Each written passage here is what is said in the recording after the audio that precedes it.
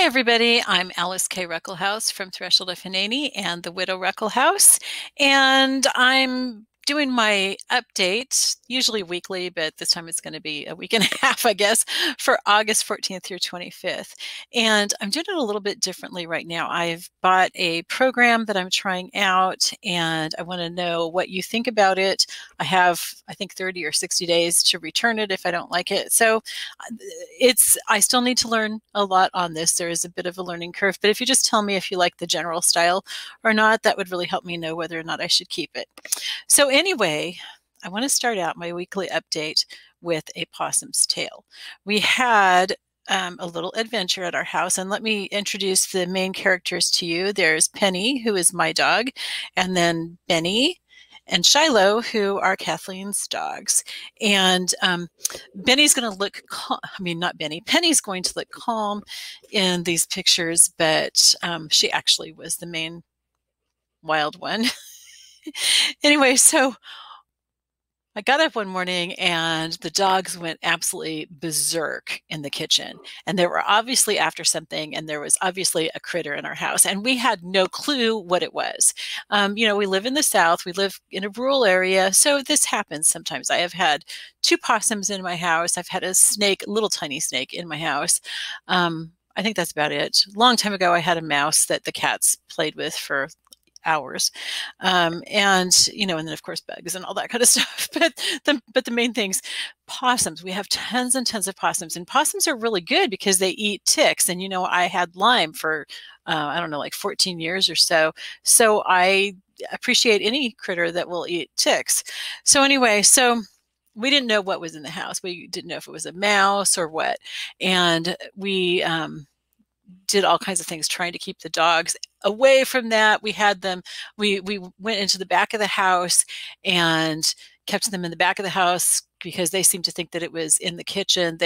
Penny tore up an outlet, or whatever you call it, the register for the heater, because but we had the air conditioner on.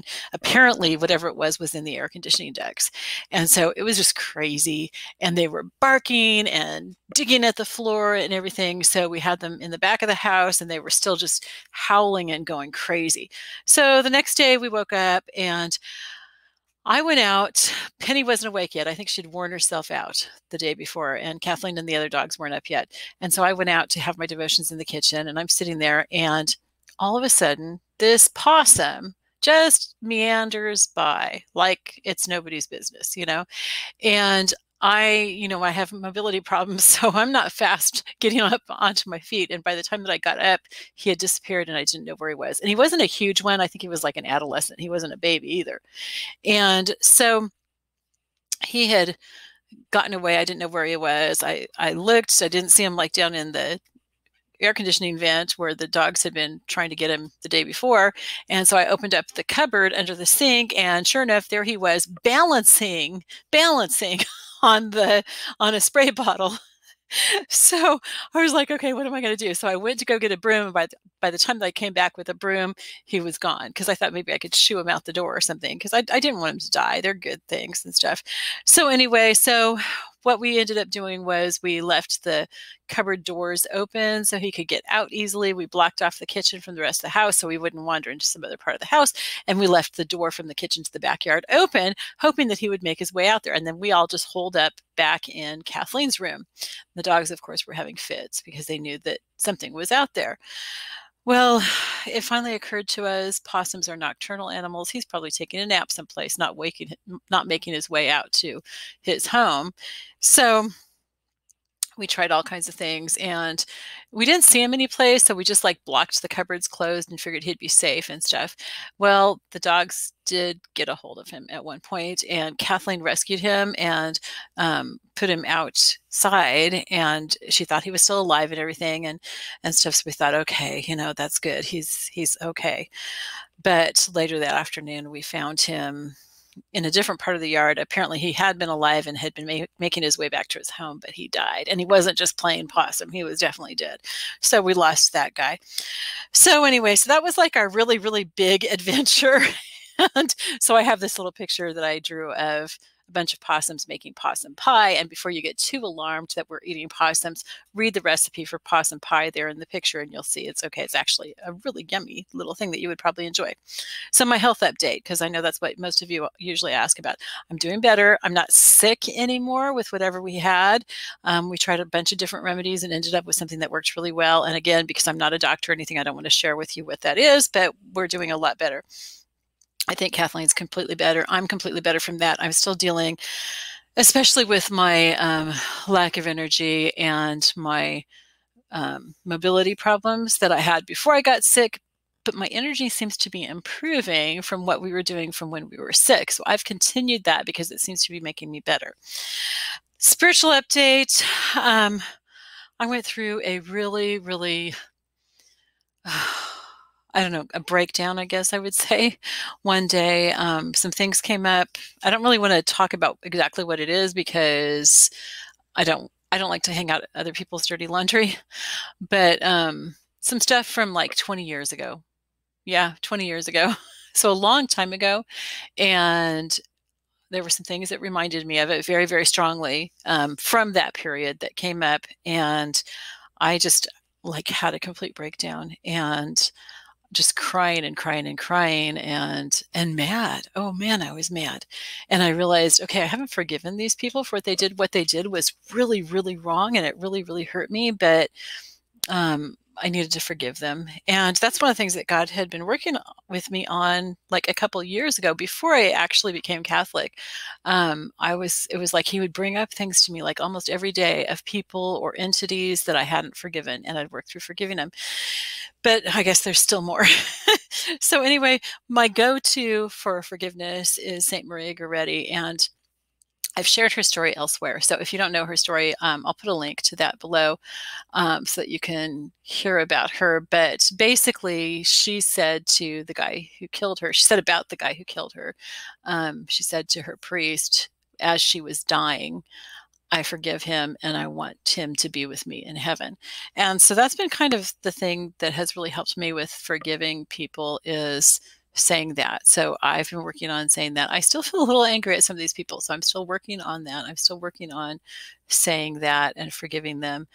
And yeah, and I want to get to the place where I really want them not only to be in heaven, but to be with me in heaven. So it's like not like, oh, I never want to see them again kind of thing. I really want to love them. I know that these are people who are Christians and yeah, they did bad things, but we all do bad things. And like Jesus said, the Father can't forgive us if we don't forgive others. So that's what I'm working on.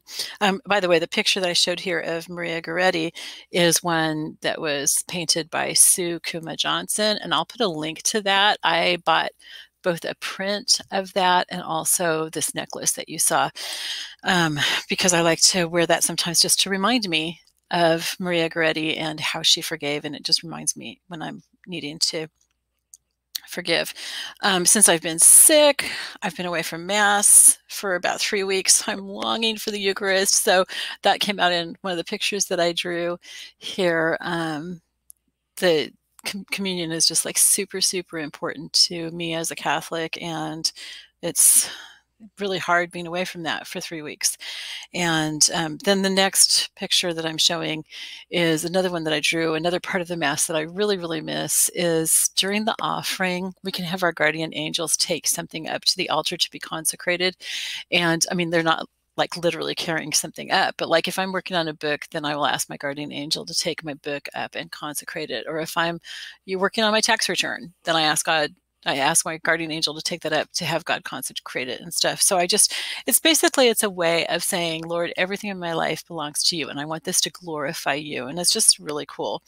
And I think, you could do that kind of in your church, even though you guys may not believe in that, and your pastor might not do something about that, but you could just during the offering say, Lord, I'm offering you this thing that I'm going to be doing this week or that I'm going to be doing today. And I just really want it to glorify you. And I want it to be something that I do for you, not just because I have to do it or for me.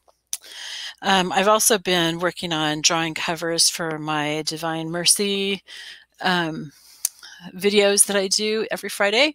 And so I've been doing the mysteries with those. There's 4 sets of mysteries. And so I've been doing those in the last 2 of them, and then one will come out on Friday. I'm not sure if I'm releasing this recording on Thursday or Saturday, so it will either come out or have come out. So there's 3 of them that have that cover, and then I've got one more that I'll be working on too for next Friday.